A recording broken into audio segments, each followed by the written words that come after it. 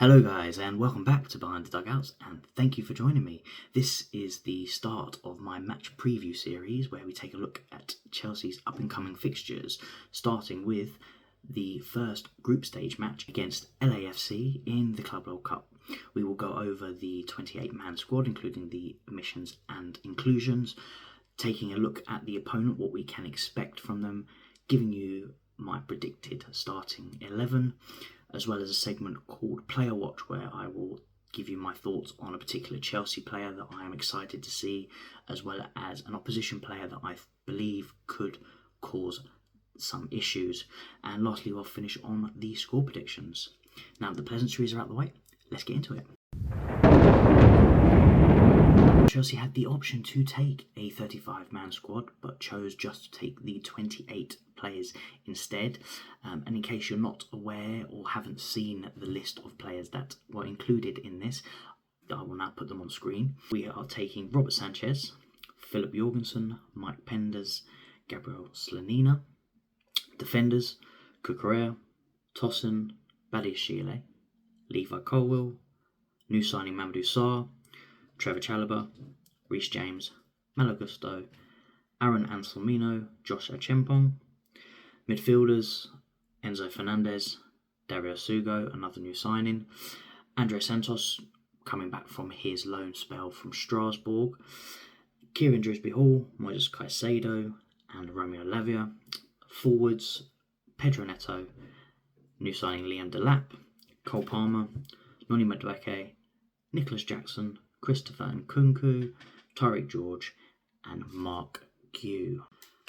One player in particular that I am quite surprised, I thought I'd have to call Carlo Ancelotti in to get his eyebrow raised when seeing him in this list, was Christopher Nkunku, a player that has been touted to leave ever since it became apparent he just does not fit the system.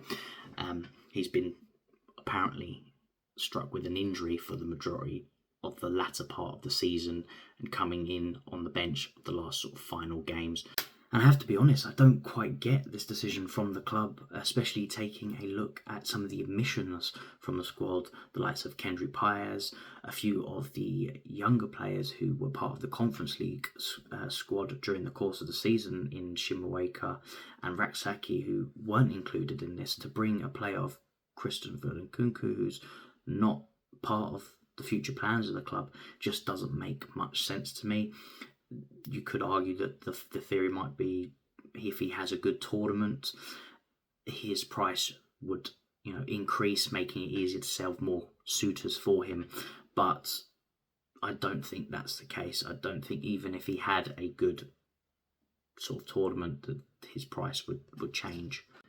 Taking a look at some of the other omissions from the squad, we had the likes of João Felix, who was missing out. Another surprising player, which I was 100% sure was going to come with, especially with what happened in the transfer window and not bringing in Mike Maignan, was Jordi Petrovic, who has also been left out of the squad and is not playing in the Club World Cup. Lots of rumours of his potential sale. I think this is something that was always on the club's mind. They were always looking, especially after the season that he had in France for Strasbourg. I think part of the reason why the club have not brought him is, yes, they're looking to sell, but I know there was a meeting towards the end of the season with Petrovic's entourage, himself and the club, where he wanted assurances. He wanted to be the number one, which he's well in his right to ask for. The season that he had compared to the season that our two goalkeepers that we had over the course of last season, he was miles better, and he has improved. His biggest question mark with Petrovic was his ball-playing ability, which he has dramatically improved on over the course of the previous season. And I think that is the reason why the club are looking to get rid of him, is because they don't want to give players these assurances. They don't want a player to have control and dictate what the club decides. It could be an ego thing, but I would say if that's the case, then why did they skimp out on the Mike Maignan deal for what's being touted as like 3 or 4 million, which for me they should have paid to get him in, especially being that they were planning on selling Petrovic. We cannot go through another season with Robert Sanchez. as our number one goalkeeper. Everyone can agree on that. How do you feel about the 28-man squad? Do you feel we should have taken the full 35? I personally think this would have been a good opportunity, being as the Club World Cup is going to take quite a portion of our pre-season. It would have been nice to take a few more of the youthful players, some more of the loan players that have been left out, to give them an opportunity to show what they can do. But let me know what you think. Looking at the upcoming opponent, LAFC, I have done some extensive research, watched quite a few of their games. They had a recent game against Sporting KC, which I did watch in depth just to get an idea and form my own opinion of their style of play. For me, they are very much an in-transition team. They focus quite heavily on counter-pressing. They press quickly, win the ball back, get it out to the wide players, and they attack with speed. All teams nowadays do want to play out from the back. They are no exception, but they are not what I would call a possession-based team. They do have spurs and moments where they look like a possession-based team. I would put this down to maybe the opposition being a slightly weaker, the quality of player that they have. They can play possession-based football, but from when they've come up against stronger opposition, they are a team that want to press, win that ball back, hit them on the transitions, hit them on the break, and attack with speed, especially with their wide players, one in particular who I will speak about later in the video. They are not a team that sets up a low block, which is the bane of Chelsea's existence. Anytime we come up against a team with a low block, we struggle. However, that can change with transitions. They look at pressing, they can either choose to press high. In this instance, because they're coming up against Chelsea, they could maybe sit further back and look to make that press in their own half to avoid any gaps. They do have a habit of lapsing in concentration, which causes some very silly goals, which would benefit any team. So I'm not expecting them to sit back. I imagine they're going to come out the blocks, they're going to be up for it, and I feel that they are going to press us high and try and hit us on the break when they can. But let me know your thoughts and your opinion of the upcoming opponent. I'd love to know what you think. Now, taking a look at the potential starting 11, there is two ways Maresca could look and approach this fixture and approach the group stage themselves. He could use the more experienced players, that's a loose word within the Chelsea camp, but yes, the players that were the majority main starters over the course of last season, the ones that got us top four and won us the Conference League. Or he could take the youthful approach with the few players that have come and returned back from their loans, the likes of Andre Santos and Mike Penders. These players could be put in by Maresca, especially within the group stages, as I personally don't feel there is any team, and that's not to be disrespectful, but no team in there that we should be fielding our main 11 every single game, because we'll struggle. This is a good opportunity to see some of those players, the likes of Andre Santos, Mike Penders. They can come in and show us what they can do, what they have been doing for the clubs that they were at last season.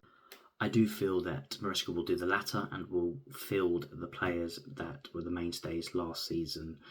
As it's been touted, this is a continuation of last season, hence why, and that was one of the reasons why they didn't want to bring in all of the loan players that had come back, just a few. This is a very strange decision from the club, but nothing really surprises me anymore with them. With all of that information in mind, this would be my predicted starting 11 for the upcoming fixture. In goal, I've put Robert Sanchez. Now, we know the calamities, the mistakes that he can make. He did end the season pretty well, made some important saves, kept some important clean sheets, and was involved and played a part in the club getting top four at the end of the season. My back four, I have gone with Reece James, Trevor Chalobah, Levi Colwill, and Cucurella. Now, it was a bit of a toss-up between Trevor and Tosin. Both had relatively good ends to the season. Trevor coming back from Crystal Palace, who he was on loan to, just come in, was solid, made no mistakes. And for me, personally, the pairing I prefer is Trevor and Levi.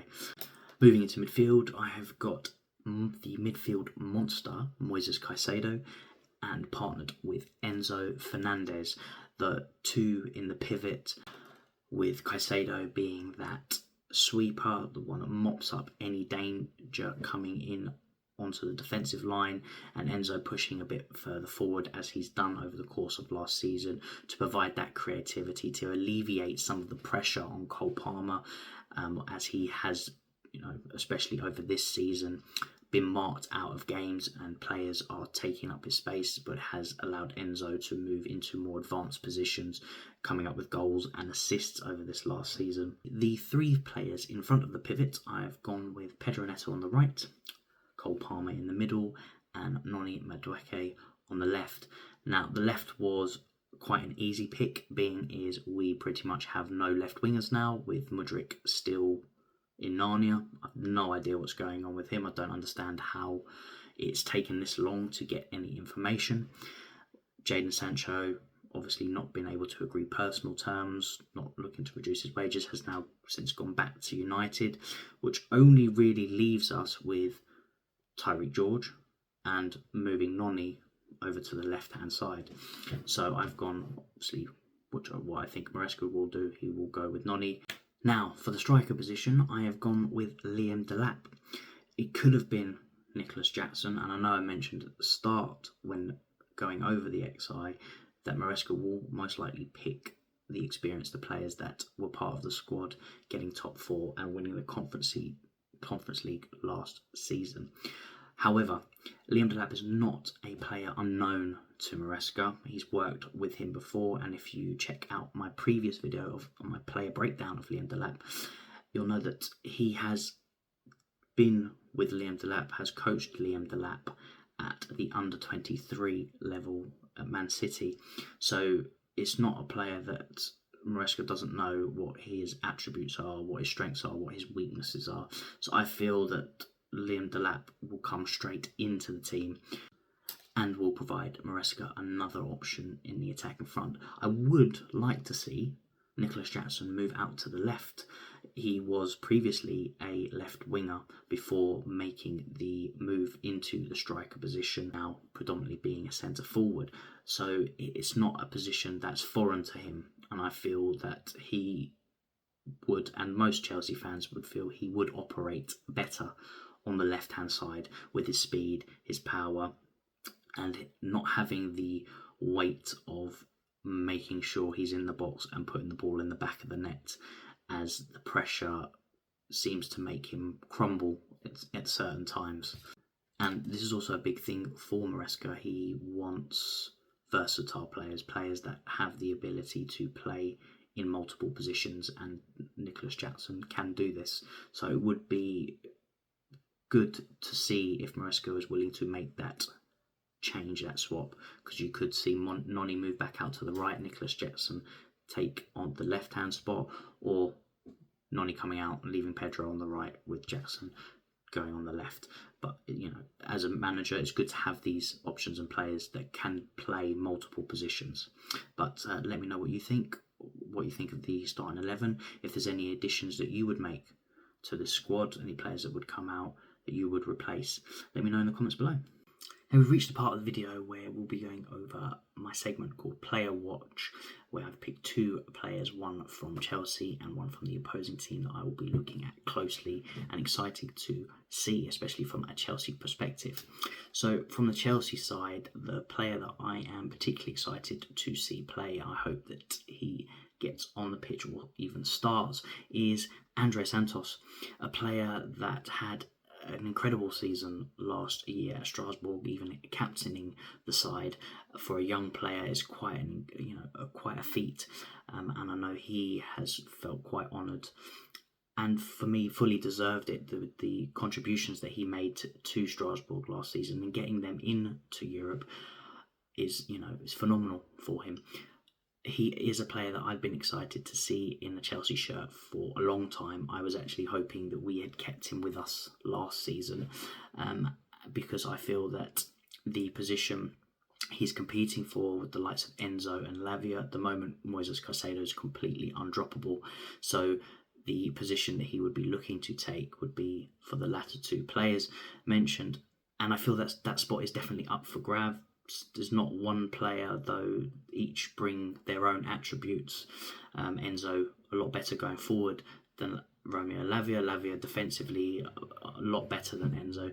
Fernandez, where I feel Andrés Santos has a blend of both of those players. He is good defensively. He also is quite good going forward and chipped in with quite a few goals last year for Strasbourg. So that is definitely one player that I am excited to see play in this Club World Cup. And I do feel that he will be quite an important player for us next season, especially with the injuries that were picked up quite often for Romeo Lavia. Towards the end of the season, it seemed to have gotten better, but with the amount of football, with the Champions League this year, to have those options, to have that squad depth and the quality of squad depth is very, very important. And Andrés Santos, I think, will do very, very well at Chelsea this season. Now, the player that I feel could cause Chelsea some issues, especially the defensive unit, it's not the French wizard Olivier Giroud. It's a player called Denis Bouanga.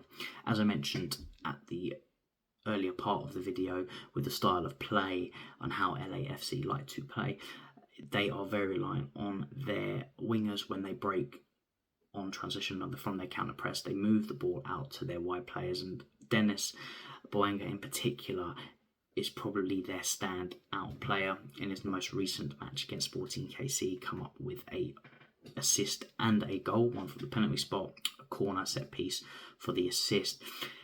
Denis, just from the few games I have watched of him, he is quick, loves to have the ball at feet and turn and drive at the defender. So I believe the fullbacks will have quite a tough time against him on Monday night.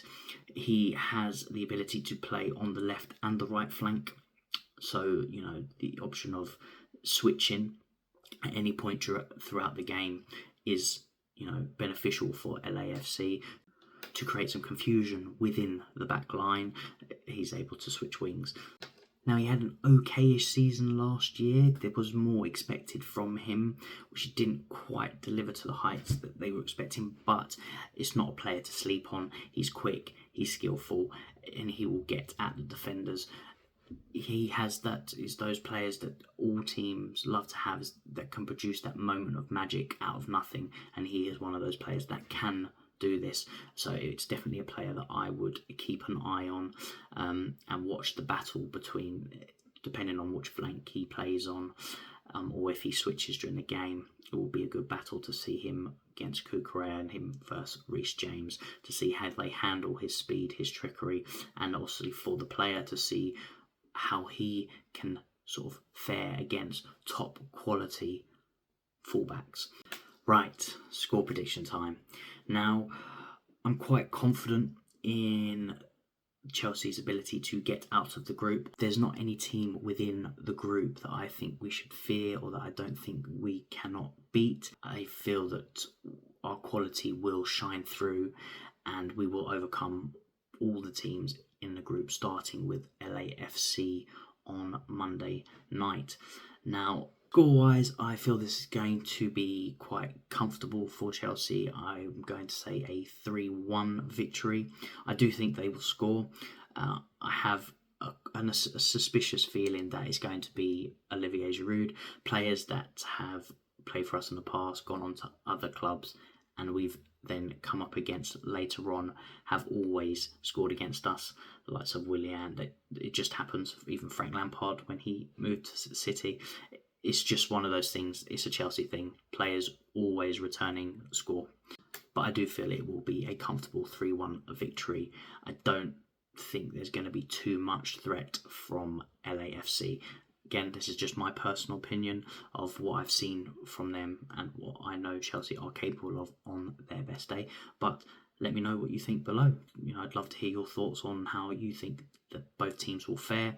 Who do you think will come out on top? And put your predictions down below. It'd be great to see the opinions of others. And if you like this video, please hit the like button, leave a comment below. Feedback is greatly appreciated, and stay tuned, as I will be giving you a match review and my thoughts of how the game went against LAFC on Monday night. That's all from me, and I will catch you guys later.